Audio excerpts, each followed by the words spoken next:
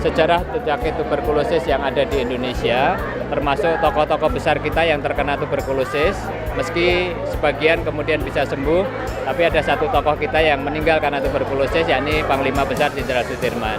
Kami sampaikan kepada Bapak Presiden, ini penyakit lama, tetapi sekarang juga kembali menjadi ancaman dari negara, ancaman dalam rangka mewujudkan sumber daya manusia yang berkualitas, termasuk transformasi dari sistem pelayanan kesehatan yang tadinya kita sentralistik dan didukung sepenuhnya pemerintah pusat dengan banyaknya rumah sakit dan lain sebagainya yang tersedia, sekarang secara khusus mulai dikurangi untuk hal-hal semacam itu karena otonomi daerah. Oleh karenanya perlunya komitmen daerah untuk tetap menjaga upaya pencegahan dan pengendalian penyakit tuberkulosis ini.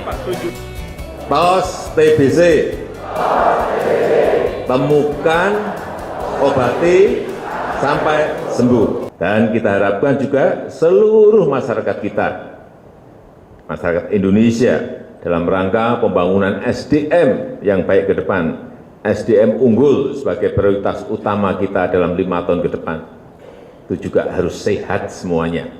Sebab itu saya ingin mendukung keras kegiatan ini, kegiatan bersama menuju eliminasi TBC di 2030.